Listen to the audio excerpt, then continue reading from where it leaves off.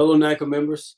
I want to take a little bit of time to talk to you about something that I know is important to all of our members, and that is NACA finances and your personal finances that are affected by NACA.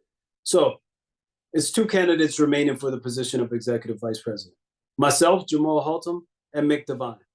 9,000 of you decided not to cast a ballot in the election, probably because you've lost faith in the union or just don't know who to trust. Another 1,000 plus decided to vote for Mike Redmond. And the overarching theme is you were tired of the status quo. Let's talk about it. Who can you trust? We've all sent videos. We've all said a lot of things. Who can you actually trust? I would tell you that actions speak louder than words and receipts last forever. So let's talk about one of those actions that's important as you cast your ballot. In 2022, as the New England Regional Vice President at CFS, Mick Devine took 31 members to Hell's Kitchen in Las Vegas, Nevada, spent over $10,600, a whopping rate of $342 per person. Let that sink in. $342 per person. Why is that important? As the Executive Vice President, we won't only be bound by the national finance policy and the Constitution, but our judgment will be relied on. Mick showed poor judgment. Mick showed you that when no one's watching and when he's not campaigning, his actions are very irresponsible. That he did not care about the finances of the union. In fact, it was quite the opposite. He's ran as a fiscal hawk. He's told you he's going to rein in spending.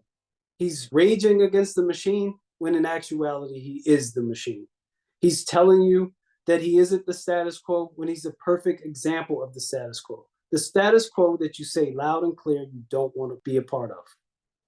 $342 per person.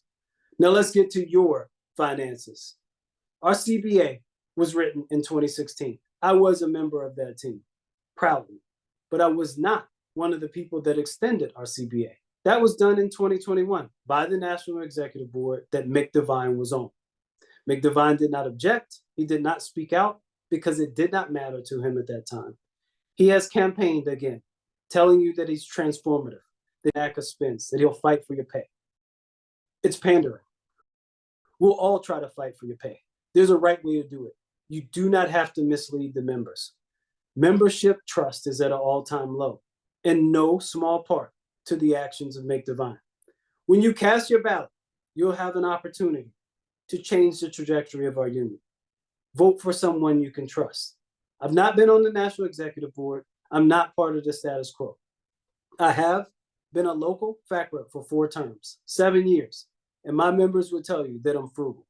I always operated inside the bounds of our local policies and our local constitution.